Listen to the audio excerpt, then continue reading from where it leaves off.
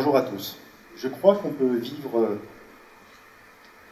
des rapports humains qui sont basés sur le cœur, c'est même essentiel, et que le business et le cœur ne sont pas incompatibles, au contraire, l'un nourrit l'autre, et c'est ce que je vais essayer de vous expliquer.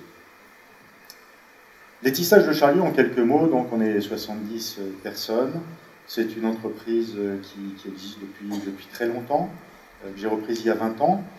Depuis quelques années, l'objectif clairement affirmé est qu'on arrivera à notre but le jour où chaque personne de cette entreprise pourra vraiment s'épanouir dans sa plénitude d'être humain, dans son intégrité d'être humain.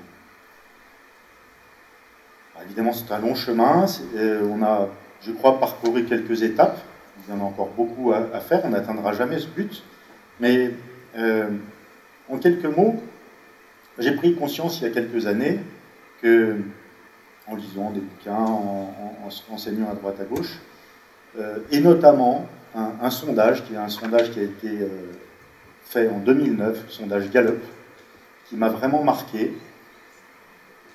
Sondage fait sur 430 000 salariés dans 30 pays dans le monde, qui classait les salariés en 3 catégories, ceux qui sont activement engagés et en phase avec la stratégie de l'entreprise, les salariés qui sont activement désengagés et qui vont à l'encontre de la stratégie de l'entreprise, et puis ceux qui sont entre les deux, qui viennent là parce qu'ils ont un salaire à la fin du mois.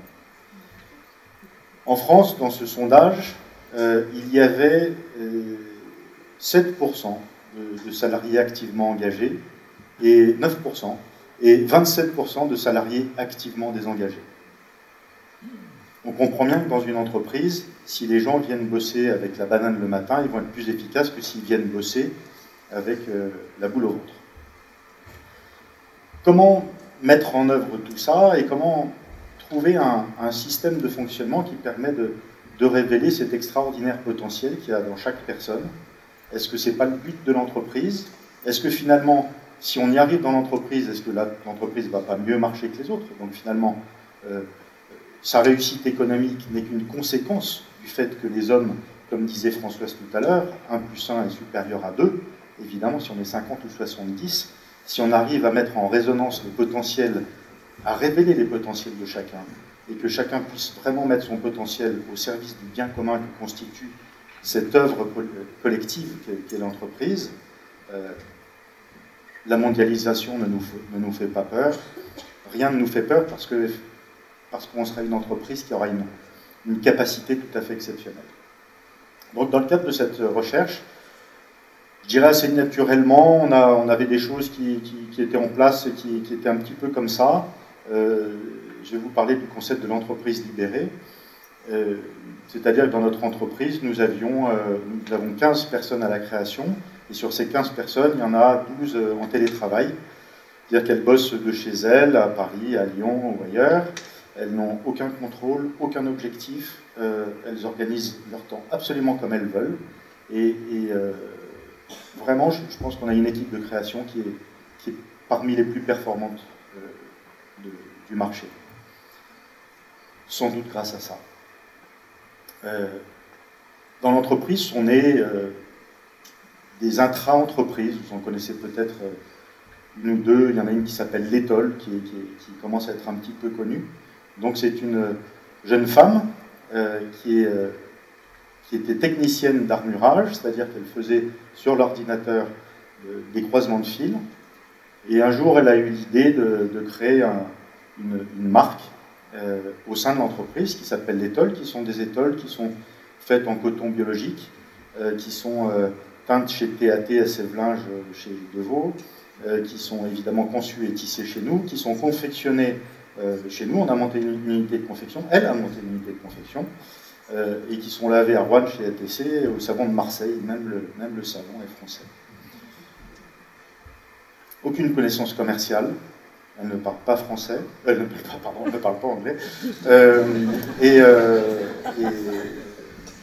le stress commence à faire ses effets, ou est en train de partir, je ne sais pas. Et donc, Sophie, aujourd'hui, elle a embauché 7 personnes, elle vend ses étoiles dans 23 pays, 450 boutiques, et fait 8% du chiffre d'affaires de l'entreprise. Donc ça, c'est l'expression de ce potentiel extraordinaire que chaque personne a. Et donc, il y a deux autres intra-entreprises qui se sont créées. Tout ça pour vous expliquer ce processus qui, à mon avis, est très important dans les entreprises. Et l'entreprise libérée, qu'est-ce que c'est? Libérée, ça ne veut pas dire entreprise où chacun fait ce qu'il veut. C'est une entreprise où on a enlevé le couvercle qui est justement sur ce potentiel de chaque être humain. Et ça, comment on peut le faire? L'homme, pour être motivé, il a besoin de quelques points essentiels. On en a déjà parlé au cours de cette journée. Premièrement, il a besoin d'être autonome. Il a besoin d'être libre de son action. Et on l'a illustré au travers de l'intrapreneuriat et des créatrices. Deuxième point, il a besoin de se sentir reconnu. Il a besoin de se sentir utile. Il a besoin d'avoir un sens à ce qu'il fait. C'est-à-dire qu'il a envie, quand il se lève le matin, de se dire ça vaut la peine de se lever. Et il faut qu'il ait du plaisir à co-construire, à coopérer, à travailler avec une équipe et à faire des choses ensemble. Si on a tout ça, on peut avoir vraiment une énergie extraordinaire qui se met en œuvre dans l'entreprise et au sein de chaque personne. Et est-ce que c'est pas ça, finalement, le rôle de l'entreprise, de mettre en œuvre ce potentiel? Et l'entreprise libérée, pour vous expliquer ce que c'est très simple. Vous avez deux grands types d'organisations. Vous avez les entreprises pourquoi, les entreprises comment. Les entreprises comment, c'est des entreprises où le chef, ou le cadre, sait ce qu'il faut faire, il va écrire un process, et l'opérateur, il applique le process. L'opérateur, il n'est pas intelligent, donc il doit appliquer le process. Quand je dis opérateur, c'est pas nécessairement un ouvrier ou des... Ça peut être des tâches plus élaborées qu'effectivement une opération manuelle, évidemment. Toutes les opérations, finalement, dans toutes les opérations, il y a des opérateurs. Donc, le cadre ou le patron donne à l'opérateur un process, l'opérateur, il applique le process, point barre. Il n'a pas d'autonomie, et si jamais il y a un dysfonctionnement, on crée une procédure. L'archétype de ça, c'est quand on dit je suis allé dans tel bureau de la fonction publique, j'ai posé une question, les fonctionnaires ils sont complètement psychorigides, le système enfin, ça ne va pas du tout.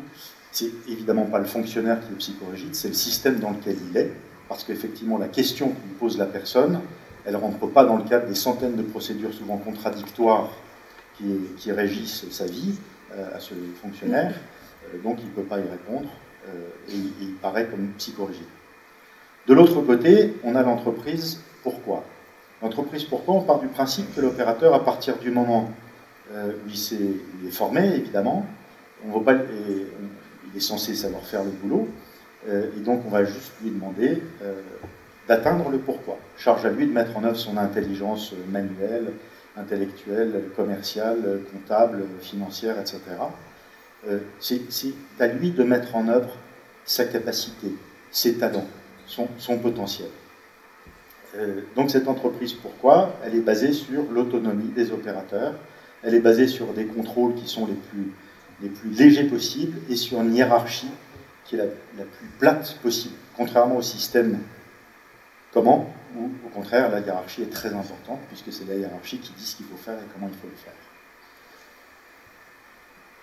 Jean-Dominique Sénard, on a la chance à Roanne d'avoir Michelin, et l'usine Michelin de Roanne est une des premières usines, je crois, au sein du groupe Michelin, qui est partie vers ce système d'entreprise responsabilisante, ils appellent ça responsabilisant chez eux. Jean-Dominique Sénard, donc le patron de Michelin, a écrit dans les Échos qu'il considère ce système de management comme l'avenir de l'industrie européenne et qu'il n'y aura plus d'industrie si les gens ne mettent pas en place des systèmes de management qui permettent de motiver les équipes, de leur donner de l'autonomie et de permettre aux gens d'être vraiment acteurs de leur job et contributeurs au bien commun que constitue l'entreprise. Donc ça, c'est vraiment un sujet majeur. Et finalement, on pourrait se dire, est-ce que dans notre civilisation, est-ce que dans notre société, on ne s'est pas trompé de finalité? On a inventé l'argent il y a 10 000 ans.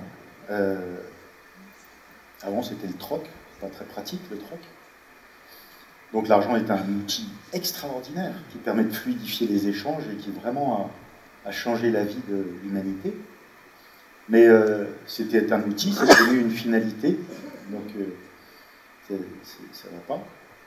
Et puis après, au début du 19e siècle, on a inventé l'entreprise. L'entreprise, c'est un extraordinaire outil qui permet de produire plus de biens et de services, qui permet de faciliter la vie des gens. C'est un extraordinaire outil qui permet de faciliter la vie des gens. C'est un outil. C'est devenu une finalité. Est-ce que finalement, on ne peut pas se dire que la seule finalité, c'est l'homme? La seule finalité qui vaut la peine, c'est comment est-ce qu'on va faire pour faire grandir l'homme, pour apporter quelque chose à l'autre? On a parlé de sens à plusieurs reprises. Est-ce que le sens, le seul sens qui vaut la peine, la seule chose qui donne envie de se lever le matin, c'est de se dire qu'est-ce que je vais apporter à l'autre? Donc, cette réflexion sur l'entreprise responsabilisante, libérée, sur les modèles de management que nous sommes en train de mettre en place dans pas mal d'entreprises, est-ce que ce n'est pas quelque chose sur lequel il faut qu'on se pose une question? Il faut qu'on se pose des questions sur la manière dont on veut faire évoluer notre société. Est-ce que finalement, la financiarisation de notre société, donc c'est un grand poncif, mais qu'on imagine qu'il y a un système qui, parce qu'on a 8% de rendement de résultat net, au lieu de 10%, on supprime instantanément 10 000 emplois d'un trait de plume. Est-ce que c'est bien? C'est pas pensable. Finalement, on y assiste tous, on est tous 95% des gens, 18% des gens avec qui on en parle, trouvent ça affligeant, mais finalement, rien ne change. Le changement, il va venir du bas, il va venir de nous. Je pense que dans chacun de nos métiers, dans chacune de nos entreprises, on peut se dire qu'on peut arriver à modifier les choses. Et la France est un pays qui, étonnamment, sur ce système de l'entreprise libérée, est un pays qui va plus vite que les autres. Sans doute parce qu'on est un système, la France a un système très contraint, avec beaucoup de normes, une administration un petit peu tentaculaire. Certains disent que c'est le seul pays soviétique qui a réussi. Donc, est-ce que justement cette contrainte, cette organisation autour du comment, nous pousse pas à aller vers des systèmes qui soient différents? Est-ce qu'on n'a pas aussi financiarisé nos relations humaines? Est-ce qu'on n'est pas dans un système où de plus en plus, je ne vais faire quelque chose que si j'ai un intérêt, que si ça va m'apporter quelque chose? C'est impensable que notre quotidien ne fonctionne que là-dessus. Est-ce que finalement, l'entreprise, c'est pas un extraordinaire outil, support de relations humaines extrêmement fortes? Je vais vous donner la définition bouddhiste du travail que je trouve vachement intéressante. Le travail, c'est d'abord l'endroit où on peut mettre en œuvre ses talents. Donc c'est aussi l'endroit sans doute où il faut les détecter. C'est pas simple de trouver ses talents et les mettre au service de cette collectivité. Le deuxième point, c'est que le travail, c'est un endroit où on travaille en équipe, généralement. Travailler en équipe, ça veut dire quoi? Ça veut dire être capable, donc Françoise nous l'a expliqué très largement tout à l'heure, de travailler en équipe. Donc travailler en équipe, ça veut dire écouter le point de vue de l'autre, ça veut dire donner le sien, parce que si on ne donne pas le sien, on ne participe pas au travail de l'équipe. Donc il faut donner le sien. Et que finalement, la bonne décision, ça va être la synthèse de ce que pense l'autre et puis de ce qu'on pense nous. Donc finalement, on a oublié un petit peu son ego. Donc on a grandi en humanité. Donc on a grandi tout court. Et le troisième point, accessoirement, c'est évidemment quelque chose, un endroit qui nous permet d'avoir une rémunération et de vivre de notre travail. Mais vivre de notre travail, c'est évidemment essentiel, c'est nos besoins primaires, fondamentaux, mais tous les autres, on n'est pas qu'un estomac, on est aussi un cœur et un cerveau, et on a besoin de nourrir tout ça. Et on parle évidemment beaucoup du nombre d'heures qu'on fait au travail, etc. Si l'entreprise est un support, on va dire, moi je suis patron, j'ai envie que les gens bossent le plus possible, je ne crois pas que c'est dans ces termes-là qu'il faut raisonner. Il faut se dire, si vraiment les gens vont pouvoir se réaliser dans leur plénitude et leur intégrité d'être humain, vraiment, il n'y a pas de problème de nombre d'heures, etc. C'est un faux débat. Le vrai problème, c'est si on crée un système où il n'y a pas de sens, où les gens n'ont pas de sens, où ils ne se sentent pas reconnus, où ils ne se sentent pas utiles, où les relations sont difficiles. C'est un environnement qui est toxique. Là, effectivement, il faut qu'il y ait un nombre d'heures le plus faible possible pour éviter cette toxicité. Mais c'est pas là le sujet. Le sujet est de se dire comment est-ce qu'on peut faire pour que cet environnement soit le plus propice possible à l'épanouissement de l'homme. C'est vraiment le rôle de l'entreprise et je crois que en aucun cas c'est les réglementations, c'est une avalanche de codification, de normes qu'on nous explique comment il faut qu'on fasse. Évidemment, la manière dont nous, entreprises, on vit le tentaculaire système public, tant français qu'européen, c'est évidemment un système commun, c'est-à-dire qu'on nous explique comment on fait, qu'on en doit faire. Mais évidemment que le fonctionnaire de Bruxelles, il n'a aucune idée comment marche une PME du textile à Charlieu, évidemment. Donc, autant nous devons libérer le potentiel de nos collaborateurs, au même titre, je pense que c'est pas du tout politique ce que je vous dis, hein, c'est vraiment un ressenti très, très profond de la manière dont fonctionne l'être humain, et que l'être humain, il a besoin d'autonomie, il a besoin d'être libre de son fonctionnement, de ses actions, pour donner tout son potentiel et tous ses talents, et est-ce que finalement, c'est pas ça le sujet, de faire que chacun puisse mettre en œuvre ses talents au service du bien commun, et que ce bien commun, c'est-à-dire l'entreprise, elle doit, elle, apporter un service aux autres, et ça s'appelle le bien commun, apporter un service aux autres. Voilà.